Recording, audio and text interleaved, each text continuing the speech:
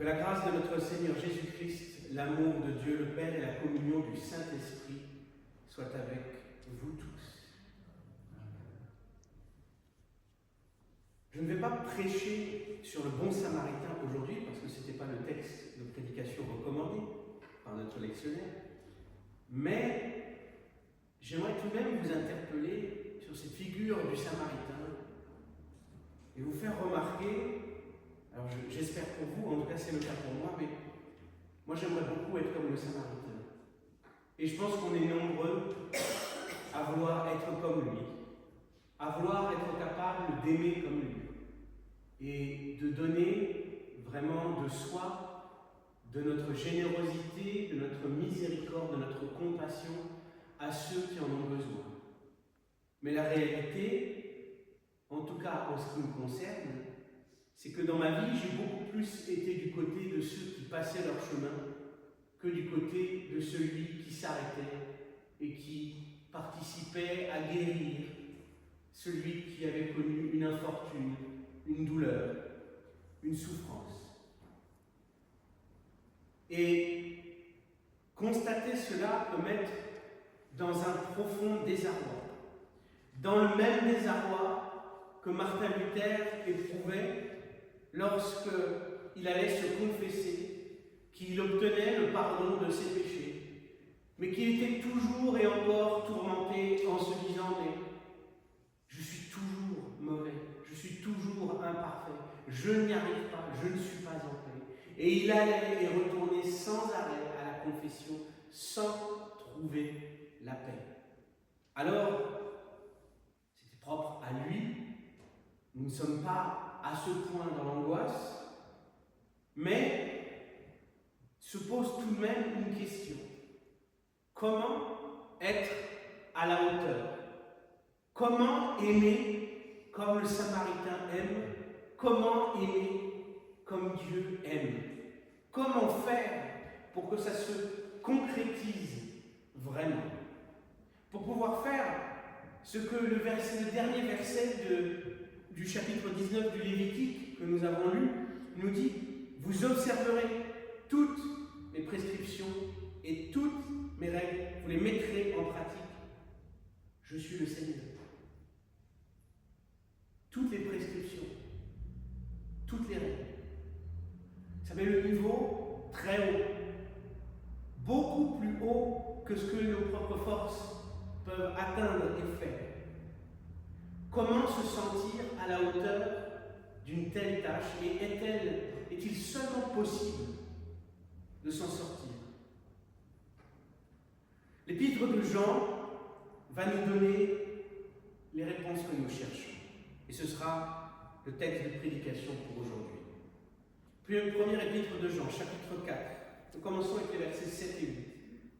Bien-aimés, aimons-nous les uns les autres, car l'amour est de Dieu, et quiconque aime est né de Dieu et connaît Dieu. Celui qui n'aime pas n'a jamais connu Dieu, car Dieu est amour. Alors ça ne fait pas descendre là-bas un peu plus bas, parce que celui qui n'aime pas n'a pas connu Dieu. C'est une phrase assez difficile à comprendre et assez difficile à accepter. L'amour que Dieu attend de nous est un amour qui a priori se donne sans condition à tous nos prochains, sans discrimination. Et cet amour est difficile à donner. Alors comment faire? Eh bien, il y a plusieurs théories explicatives dans le christianisme. Il y en a beaucoup de fausses, mais il n'y en a qu'une seule qui est vraie. Et c'est celle justement que la Bible nous donne. Mais pour vous donner un exemple, parmi les idées fausses, les idées reçues, on peut se dire que, nous aurons plus de facilité à aimer, nous aurons plus de facilité à ressembler à Dieu si nous nous astreignons à une discipline spirituelle stricte, peut-être même à des vœux monastiques, à une ascèse. La grande majorité du christianisme pense la sainteté, le processus de sanctification comme ça. Faites des choses et vous aurez plus de foi, et vous aurez plus de sainteté, et vous aurez plus de facilité facilité à aimer. Priez tant de fois par jour, faites le chapelet, priez les saints, priez Marie. Ça c'est pour le côté catholique romain. Mais si on veut aller peut-être du côté évangélique, on va vous dire, mais louez plus le Seigneur. Passez plus de temps avec Dieu. Lisez plus votre Bible, même si vous ne la connaissez pas, la comprenez pas, pardon. Et si vous ne comprenez pas, lisez encore, et encore, et encore. Donc forcez-vous, faites encore plus. Et c'est par les œuvres, par vos œuvres de piété, que vous obtiendrez la paix et la foi que vous cherchez. C'est précisément ce que Martin Luther faisait quand il était moine augustinien. Il priait, il s'astreignait, il lisait la Bible, il se flagellait, il allait, littéralement, il s'empêchait de manger, il jeûnait, il se confessait, mais ce n'était pas assez, ça ne lui donnait pas la paix qu'il cherchait. Pourquoi? Bien sûr que Martin Luther, c'est un exemple extrême. Mais si Dieu a mis sur terre cet exemple-là, c'est aussi pour que nous, 500 ans plus tard, nous comprenions quelque chose de très précieux. C'est que ce n'est pas en faisant des œuvres de piété que nous aurons la paix que nous cherchons. Ça ne marche pas comme ça. Parce que la paix de Dieu n'est pas quelque chose que nous obtenons par nos forces. C'est un don de Dieu. C'est une grâce, comme le reste. Et le pire, c'est que toutes ces sectes chrétiennes qui vous disent « faites ci, faites ça, et vous aurez plus de foi, et vous aurez plus d'amour pour le prochain, et vous serez un meilleur chrétien, vous serez plus saint, etc. » Mais toute personne qui n'arrive pas à suivre suffisamment les consignes dans une angoisse terrible, vous ressortez de l'église avec une liste longue comme ça de choses à faire et vous n'arrivez même pas à en faire 1, 2, 3, la moitié. Comment est-ce que vous vous regardez ensuite et comment est-ce que vous regardez Dieu? Ce Dieu exigeant qui vous dit mais fais ça, tu vas y arriver, c'est comme ça que tu seras saint, continue. Vous êtes condamné à échouer jusqu'à quand? Jusqu'au dégoût? Ou jusqu'à ce que vous vous résigniez à cette situation? Malheur à celui qui n'arrive pas à produire toutes les œuvres qu'une église attend de lui. Mais non. Malheur à eux. Malheur à ces nouveaux pharisiens.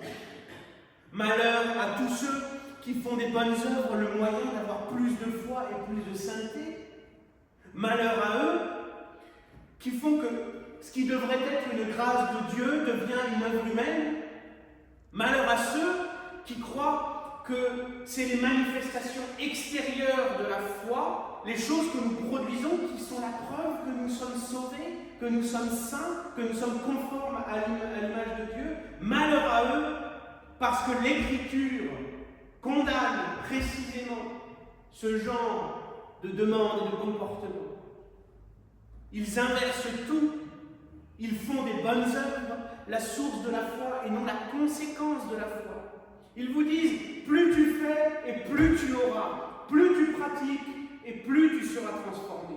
Ils réduisent la puissance transformatrice de Dieu et de son Saint-Esprit. Ils ne le voient même pas.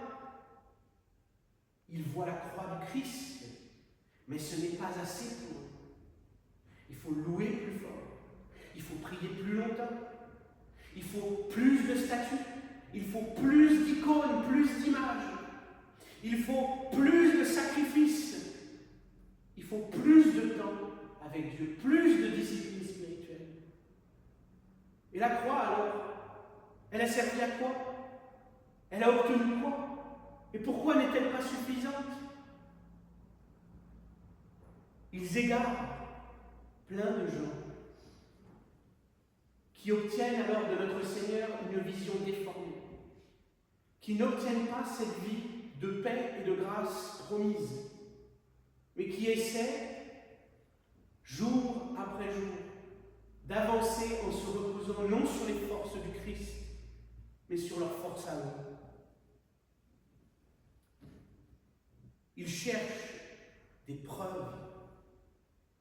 Ils cherchent des preuves qu'ils ont la foi au travers de ce qu'ils font. Mais même un singe peut faire une prière. Même un singe peut se mettre à genoux devant une statue.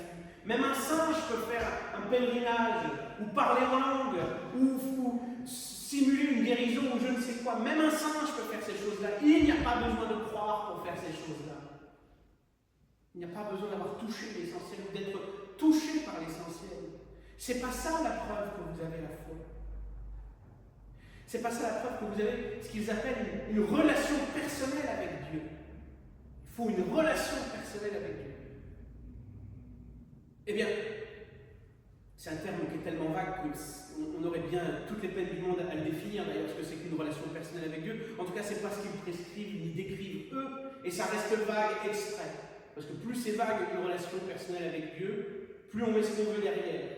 Et plus on s'en sort en annonçant, en prêchant tout et son contraire. Et plus donc on met les gens dans l'incertitude. Et des gens dans l'incertitude, vous avez plus de chances qu'ils reviennent le dimanche d'après. Parce qu'ils espèrent des réponses. C'est comme ça que ça marche. Et qu'on fidélise la clientèle. C'est pas toujours avec le meilleur. Ce n'est donc pas là-dedans qu'on trouve l'assurance qu'on a la foi. La preuve que vous avez la foi, c'est que vous avez entendu l'évangile et que vous croyez dans les promesses de pardon et de salut. Et c'est tout. C'est ça la preuve que vous avez la foi. Mais on va aller un peu plus loin dans cette idée. Et on va dire étendre cette preuve pour qu'elle soit encore plus claire pour vous. Continuons dans notre lecture de la première épître de Jean, versets 9 et 10 du chapitre 4. C'est en ceci que l'amour de Dieu s'est manifesté parmi nous. Dieu a envoyé son Fils unique dans le monde pour que nous vivions par lui. Et cet amour, ce n'est pas que nous ayons aimé Dieu, mais que lui nous a aimés et qu'il a envoyé son Fils comme expiation pour nos péchés. Jean nous donne la réponse, la conclusion, avant d'avoir même développé son propos. La vie chrétienne, c'est d'abord recevoir quelque chose, puis donner. C'est d'abord recevoir le Fils de Dieu, puis vivre par lui. Et quiconque ne reçoit pas, ne voit pas le Fils de Dieu ne peut pas vivre par lui, c'est l'évidence même. Si nous ne voyons pas le chemin, nous ne pouvons pas y aller. Nous ne pouvons pas l'emprunter. Si nous ne prenons pas conscience que Dieu nous aime, comment est-ce que nous pouvons l'aimer? L'aimer vraiment, c'est-à-dire l'aimer pour les bonnes raisons et de la juste manière. Car les amours ne sont pas interchangeables. On ne peut pas dire, comment dirais-je, je crois à ma manière, ou je me connecte à Dieu sans la religion, sans le christianisme, sans la Bible. Je ne peux pas dire que j'aime Dieu sans connaître qui il est. De la même manière que je ne peux pas dire que j'aime mon épouse, de la même manière que j'aime un ami, mon fils, ma propre mère, mon propre père. Je n'aime pas mon propre père de la même manière que j'aime ma propre mère. Les amours ne sont pas interchangeables parce que chaque personne est unique. Pourquoi Dieu ne serait-il pas unique? Pourquoi Dieu, avec tout ce qu'il a fait pour nous, ne mériterait pas un amour unique? Pourquoi est-ce qu'on pourrait se permettre de dire « j'aime Dieu à ma façon » sans le définir, sans savoir qui est Dieu, sans connaître le visage du Christ? Qu'est-ce qui nous donne le droit de faire ça? Nous nous trompons si nous allons sur ce chemin. Parce que nous ignorons qui est Dieu et comment il s'est donné à comprendre.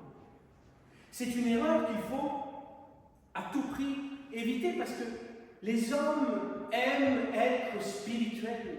Et la tentation, c'est, comment dirais-je, de vouloir à tout prix vivre cet état de spiritualité. Longtemps, dans ma vie de foi, j'ai plus aimé être spirituel que Jésus-Christ.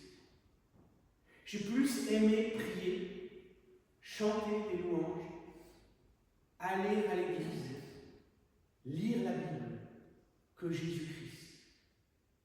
Parce que quand je faisais ces activités-là, je vivais autre chose.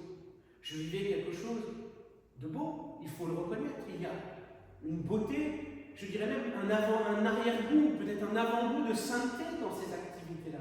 Il y a quelque chose qui flatte le cœur. Mais en réalité, je ne connaissais pas suffisamment mon Seigneur. Ce n'était pas lui que je cherchais dans tout ça, c'était un Dieu. Et j'aimais le chercher, j'aimais être en recherche de ce Dieu, j'aimais être spirituel. Et nous sommes nombreux à aimer être spirituel, mais il n'est pas attendu de nous d'aimer être spirituel, il est attendu de nous que nous aimions Jésus-Christ. Ce n'est pas la même chose. Et c'est un piège dans lequel nous pouvons tomber très vite. Une célèbre personne a dit, quand il y a un flou, il y a un loup. Eh bien, effectivement, quand il y a un flou au sujet de qui est Dieu, il y a le loup qui vient se saisir des brebis et les dévorer. Et très vite, Satan nous dévore parce que nous préférons être spirituels plutôt que connaître Jésus-Christ. Dieu sait très bien que c'est notre tentation d'aimer un infini abstrait. Dieu sait très bien comment notre cœur fonctionne, c'est lui qui l'a créé. Alors pour éviter ça, il nous a donné des moyens. Il s'est incarné. Le Fils de Dieu a vécu parmi nous. Il a fait les miracles qu'il a fait. Il a pleuré avec nous, ri avec nous, souffert, aimé, mangé, dormi, tout ce que vous voulez, il l'a fait avec nous, en communion avec nous. Dieu s'est présenté en une personne, un homme Dieu, pour que nous puissions trouver la porte qui mène à son amour. Cette porte, il le dit lui-même, c'est Jésus-Christ. Je suis la porte. Dieu s'est donné en Jésus pour nous faciliter le travail, parce qu'il connaît les biais de notre intelligence et de notre cœur. Il sait comment nous fonctionnons. Versets 11 et 12.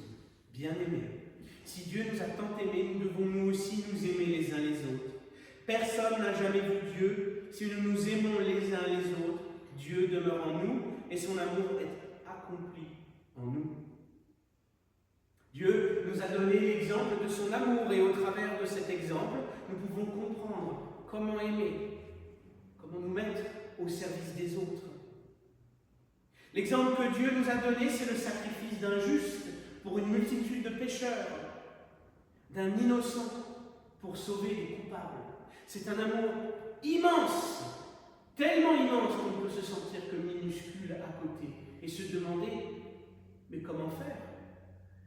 Comment puis-je, moi, être à la hauteur de mon Seigneur? Comment puis-je seulement l'être? Comment tant de sainteté pourrait résider en moi, alors que je suis, avec mes limites et mes manques, tel que je suis?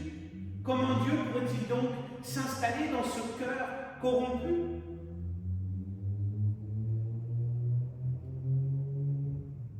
Et comment faire pour faire des œuvres saintes si mon cœur n'est pas régénéré avant? Comment faire ces bonnes œuvres que Dieu dit dans Éphésiens 2,10 qu'il a préparées d'avance pour nous? Versets 13, 14 et 15, 1 Jean 4. À ceci, nous savons que nous demeurons en lui, comme lui en nous, c'est qu'il nous a donné son esprit. Et nous avons vu et nous témoignons que le Père a envoyé le Fils comme sauveur du monde. Celui qui reconnaît que Jésus est le Fils de Dieu, Dieu demeure en lui, comme lui, en Dieu. Notre bon Père, qui connaît si bien nos limites, a décidé de nous envoyer son Esprit Saint. Alors, attention, l'Esprit Saint. On entend tout et son contraire dessus. Je vais tout de suite préciser les choses.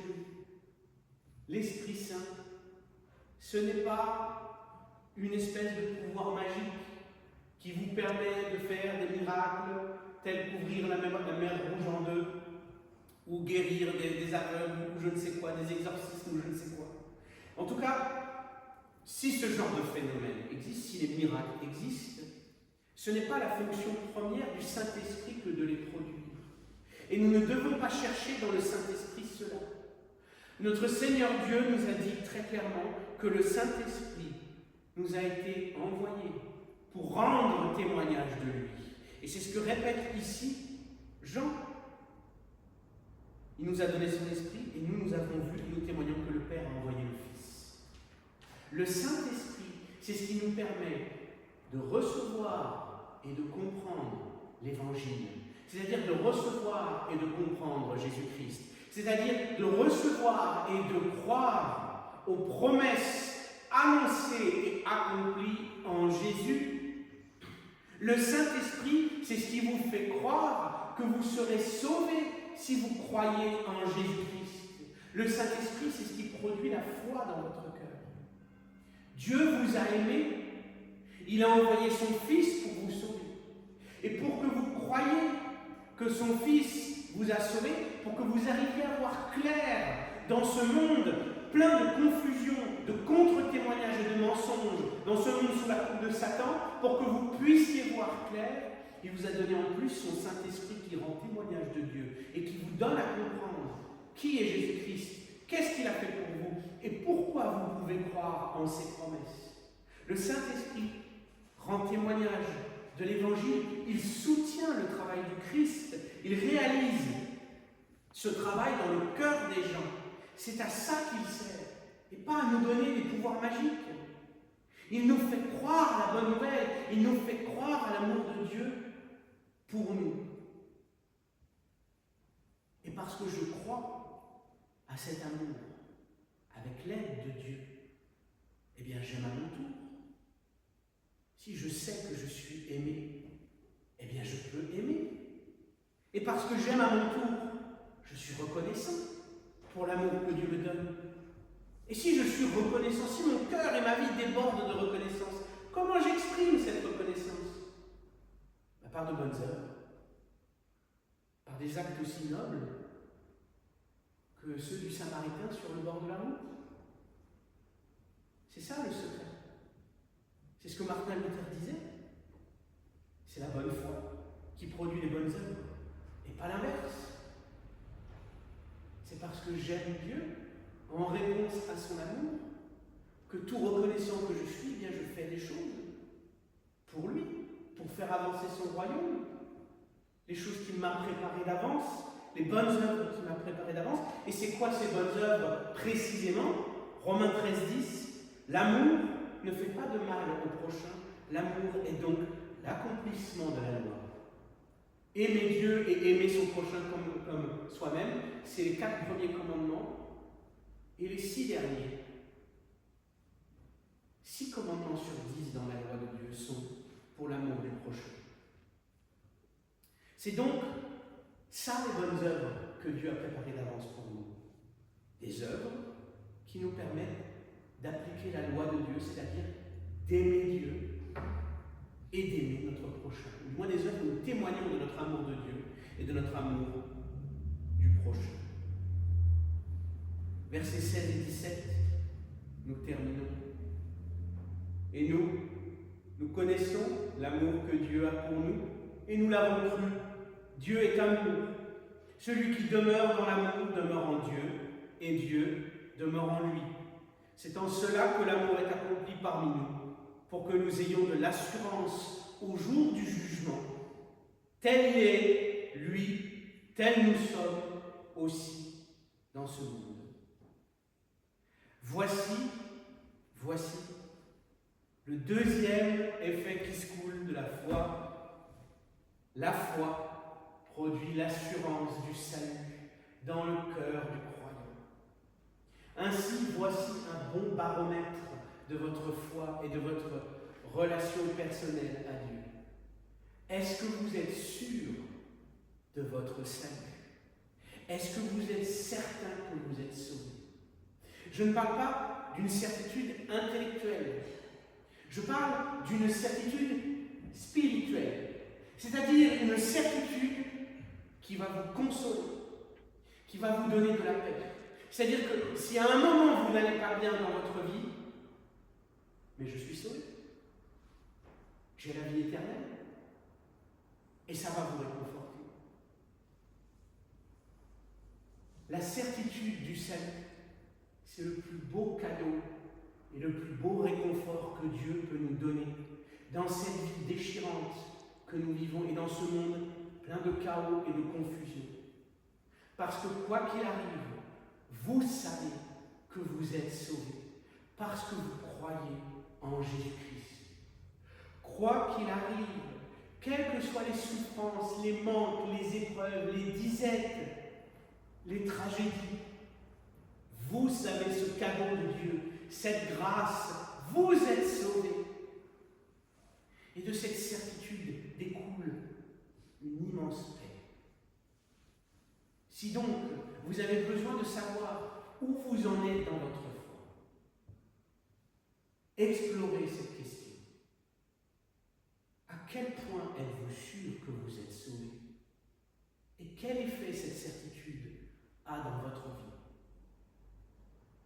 Et vous verrez que le Saint-Esprit n'aura de cesse de faire grandir dans votre cœur cette certitude, cette paix, ce réconfort. Parce que votre Père vous aime tellement, tellement, qu'il veut à tout prix que vous viviez dans la paix. Car c'est dans cette paix qu'il veut vous trouver au dernier jour. Dans la paix et dans la fidélité au Christ. Dans la paix, dans la foi. Ce n'est pas le nombre de bonnes œuvres que vous aurez faites qui sera important. Ce qui est important, c'est qu'au dernier jour, vous ayez tenu tout le long de ce marathon et que vous soyez trouvés fidèles. Et Dieu, qui connaît nos faiblesses, met en place tout pour que ça se produise, pour qu'au dernier jour, il puisse vous accueillir les yeux ouverts parce que vous n'aurez pas faibli, parce qu'il aura tout fait pour que vous ne faiblissiez pas.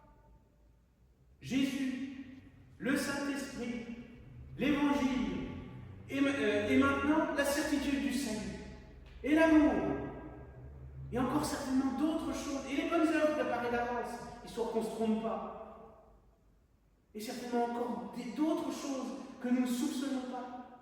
Dieu est d'une générosité incroyable avec nous, parce qu'il désire plus que tout nous sauver. Frères et sœurs, mon exhortation finale est ceci: soyez patients, gardez confiance. Votre Dieu qui vous aime tellement, va vous libérer. Vous n'avez rien à faire, mais vous avez tout à croire. Que la paix de Dieu, qui surpasse toute intelligence, garde vos cœurs et vos esprits en Jésus-Christ pour la vie éternelle.